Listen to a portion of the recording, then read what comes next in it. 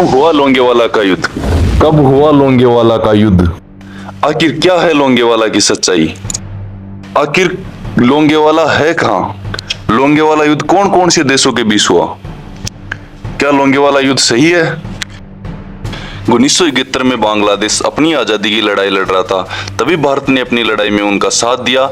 इसी को लेकर पाकिस्तान ने भारत पर आक्रमण किया। लोंगेवाला का युद्ध 1971 में भारत और पाकिस्तान के बीच लड़ा गया और यह भारत की पश्चिमी सीमा पर पाकिस्तान के आक्रमण के साथ शुरू हुआ। पाकिस्तान का उद्देश्य बांग्लादेश की स्वतंत्रता का समर्थन करने के भारतीय कदम पर जवाबी कार्रवाई करना था।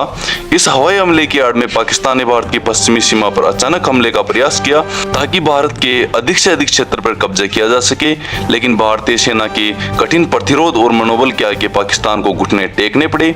45 से अधिक टैंक और 2000 से अधिक सैनिकों वाली ब्रिगेड का केवल 100 भारतीय सैनिकों ने अपनी बहादुरी और चतुराई से डट के सामना किया। यह वीडियो लोंगेवाला की लड़ाई के बारे में है, जिसने सन 1971 को भारत पाकिस्तान युद्ध के रूप में बदल दिया था। नवंबर के अंत से बांग्लादेश मुक्ति वाहिनी सेना और भारतीय सेना के पूर्वी पाकिस्तान में सैन्य संचार प्रणालियों के खिलाफ एक बड़ा हमला शुरू किया था। साथ ही भारत की पश्चिमी सीमा पर पाकिस्तान की आक्रामकता का मुकाबला करने के लिए केवल नाम मात्र की सेना थी। यह महसूस करते हुए पाकिस्तान ने मौके का फायदा उठाने की कोशिश की और इस क्षेत्र पर अचानक हमला करने की योजना बनाई। उनकी रणनीति युद्ध के बाद इन क्षेत्रों के लिए दबाव बनाने की थी। पाकिस्तान का प्रथम लक्ष्य राजस्थान राज्य के जैसलमेर में स्थित लोंगेवाला चौकी था। पाकिस्तान खुफिया एजेंसी के मुताबिक जिस चौकी पर मात्र 120 सैनिक थे, उस पर आसानी से कब्जा किया जा सकता था। पाकिस्तानी सेना ने लोंगेवाला के बाद रामगढ़ फिर जैसलमेर पर कब्जा करने की योजना बनाई थी। पाकिस्तानी ब्रिगेडियर तारिक मीर की कल्पना थी कि नाश्ता लोंगेवाला में करेंगे, दोपहर का भोजन रामगढ़ में और रात का खाना जैसलमेर में खाएंगे। फिर योजना के मुताबिक 45 टैंक 2000 से अधिक सैनिकों ने पाकिस्तान से लोंगेवाला की तरफ कूच किया, लेकिन लोंगेवाला में उन्हें जिस प्रतिरोध का सामना करना पड़ा, उन्हें इस बात का अंदाजा तक नहीं लगाया था।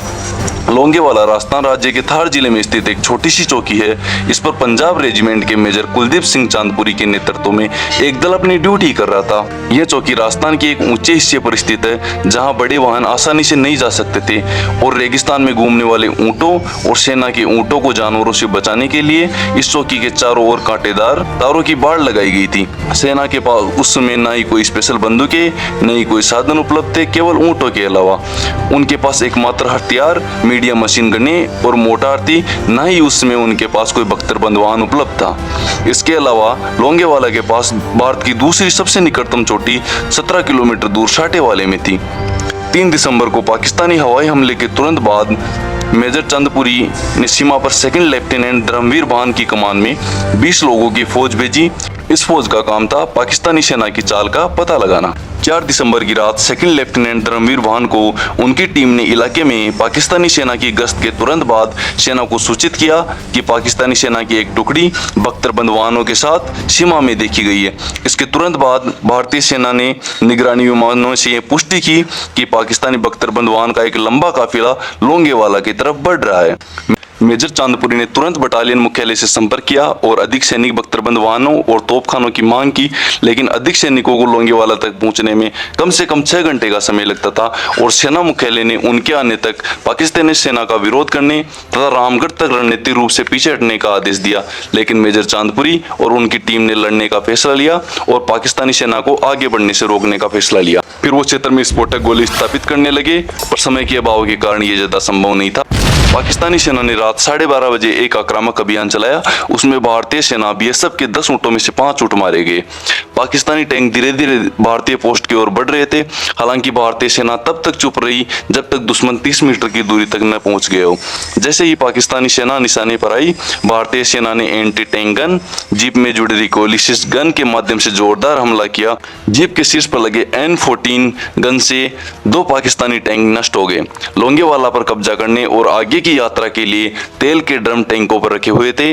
तेल के टैंकों में गोली लगने से विस्फोटक कई गुना तक बढ़ गया और कोई पाकिस्तानी सेना के साथ बहुत बड़ा हादसा हुआ। धमाके की आग से हुई बहुत तेज रोशनी का फायदा उठाते हुए भारतीय सेना ने कई पाकिस्तानी टैंकों को निशाना बना के नष्ट कर दिया।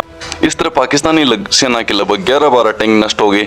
इसी बीच पाकिस्तानी सेना को सामने एक कांटेदार तार की बाड़ मिली। इस तार की बाड़ को लैंड माइन समझकर उन्होंने हमले को 2-3 घंटे के लिए रोक दिया और सेपर्स का इंतजार करने लगे। और जब उन्हें ये पता चला कि ये लैंड माइन नहीं सिर्फ कांटों की तार है, तब तक वो काफी समय खो चुके थे।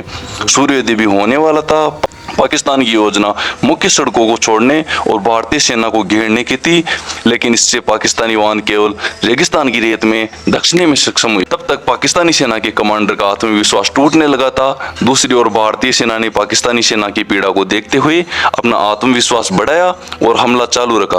उन्होंने अपनी अपनी कमान संभाली और अच्छे से संभालते हुए पाकिस्तानी सेना की रेत में फंसे वाहनों को टारगेट किया, आरसीएल तोपखाने का इस्तेमाल किया और सवेरा होने तक पाकिस्तानी सेना का डट के सामना किया। लोंगेवाला के पास भारत का एयरबेस था, लेकिन वहां के ग्राउंड अटैक फाइटर्स में नाइट विजन उपलब्ध नहीं था। लेकिन सुबह होते ही भारतीय वायुसेना के हेलीकॉप्टर और हॉकर हंटर विमान भारतीय सेना की सहायता के लिए पहुंच गए। भारतीय वायुसेना के विमानों ने पाकिस्तानी सेना के एक टैंक और अन्य बख्तरबंद वाहनों को रॉकेट और तोपों से नष्ट कर दिया। पाकिस्तानी टैंकों पर लगे विमान रोधी तोपों की सीमित रेंज के कारण वो भी भारतीय जेट विमानों का सामना नहीं कर पाए।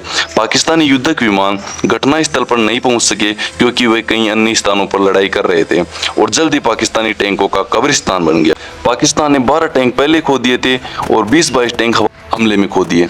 पाकिस्तानी सेना ने लड़ाई छोड़ दी, जान बचाने का तरीका अपनाने लगे और बाकी सभी टैंकों और बख्तरबंद वाहनों को छोड़ दिया और वो पीछे हटने लगे।